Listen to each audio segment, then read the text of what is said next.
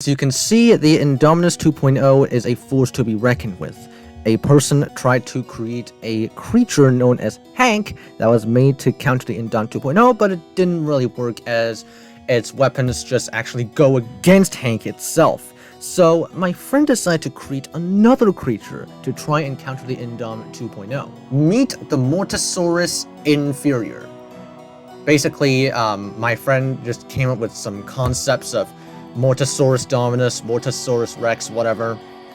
And Mortosaurus Inferior is supposed to be the weaker version of the Mortosaurus Rex, not Rex, Dominus. Anyways, we have a bunch of interesting compositions. First one is the Tyrannosaurus Rex Su Jaw Strength. Then we have the Spinosaurus, which I assume is supposed to be the InGen Spinosaurus. This makes Mortosaurus Inferior have swimming properties. Not only that, Mortosaurus Inferior would also be quite aggressive, especially towards Rexes. And since Indom 2.0 has some Rex DNA, it will definitely go after the Indom 2.0. However, the thing is, it might attack the Indom 2.0 first, and the Indom 2.0, there really isn't much to counter the Indom 2.0, given its wider stance, and also its ape-like structures, its ape-like arms, able to counter basically every attack so far. The next one is Mosasaurus DNA. Very strong jaw power and more swimming power. Now, the problem about this is, if we're talking about land animals right now, the Indom 2.0 would definitely still have the edge over the Mortosaurus Inferior. Even in more aquatic scenarios, because of the Dwarf Crocodile DNA contribution to the Indominus 2.0, the Indom 2.0 can actually swim fairly well. So, even with the Mortosaurus Inferior's more superior swimming potential, it might still not be enough to defeat the Indom 2.0 so far. Let's see what the other compositions are. So the next two were taken from Ultimasaurus Imperatrix. The first one is the Borealopelta, which had armor, and the other one is the Alamosaurus, which increases the Mortosaurus Inferior's DNA.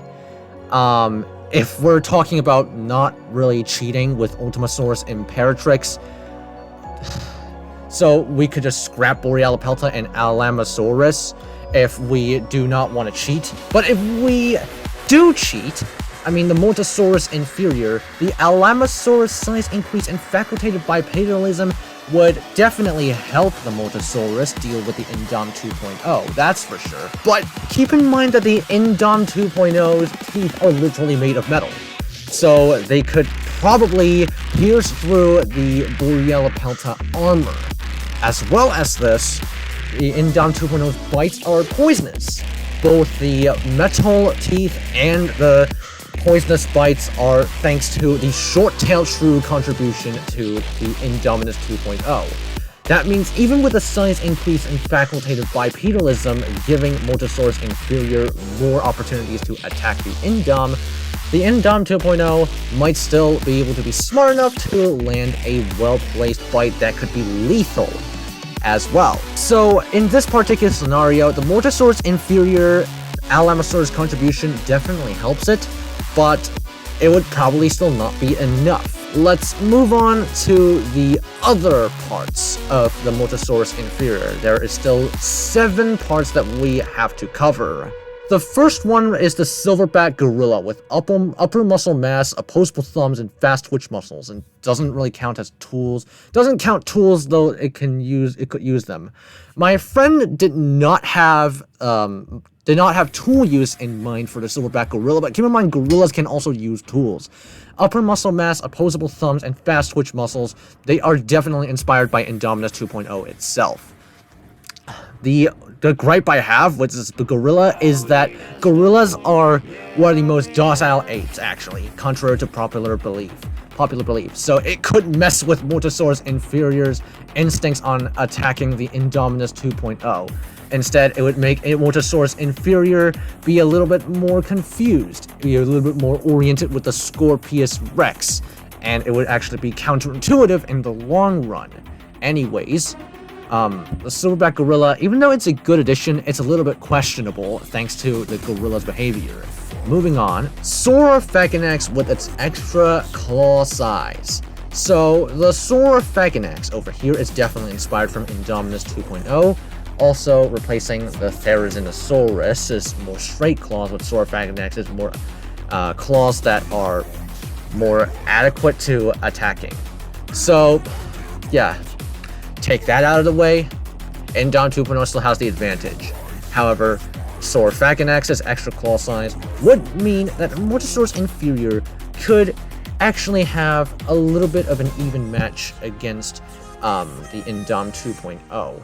So far it's basically a mix of the Ultimasaurus Imperatrix and the Indom 2.0, and it's probably not exactly surprising. My friend isn't the most creative person ever, so you can just give her some slack. Anyways, next one is the Saltwater Crocodile with a thicker tail and improved biting force by a ton as well. Saltwater Crocodile. Now, the Saltwater Crocodile could give the Mortosaurus Inferior... Alright. The thicker tail would make the Mortosaurus Inferior have a bit of a lower center of gravity. So that would definitely help it a little bit. But at the same time, if we were to contribute it to its teeth, like the Deinosuchus genome to the Indominus base, it would actually be counterintuitive because the Mortosaurus Inferior's teeth would definitely rot away. But we're probably not considering that, so the thicker tail, it might not help that much against Indom 2.0, honestly, so yeah, that's pretty much it. Whiptail Lizard, in terms of combating with Indominus 2.0, despite the apoplectic parthenogenesis, it doesn't really matter in combat with a 1v1, in a 1v1 with Indom 2.0, so we can basically just skip this whole section and move on to the last three. The Reef Stonefish uses spines for poison. The Mortosaurus Inferior having Reef Stonefish would probably help, but now here's the problem here. Because of the Shrew genome of the Indom 2.0, the poison from the Reef Stonefish might not actually work out, so it doesn't really work. And the Indom 2.0 would probably not be affected that much, if at all. Cuttlefish with camouflage, it might not help Mortosaurus Inferior that much, because the Indom 2.0 can also camouflage, and Mortosaurus Inferior camouflaging could complicate things a little bit, but not enough. Finally, Goji Center's Utahraptor with extra pack hunting instincts and speed. Alright, that's actually a decent addition to the Mortosaurus Inferior to attack the Indom 2.0. Although, the Utahraptor, even with the Utahraptor, it might still not be enough. The Indom 2.0 has armor because of the Dwarf Crocodile genome, and it's going to be able to still counter the Mortosaurus Inferior with or without the Utahraptor genome. So, that's pretty much all there is. Mortosaurus Inferior cannot really beat the Indom 2.0, unfortunately. However, it's a decent try by my friend to actually try and defeat it. So, props to her. I will link her channel in the description, so you can go subscribe to her if you want. Anyway, thank you guys for watching. Hope you enjoy it. See you all next one.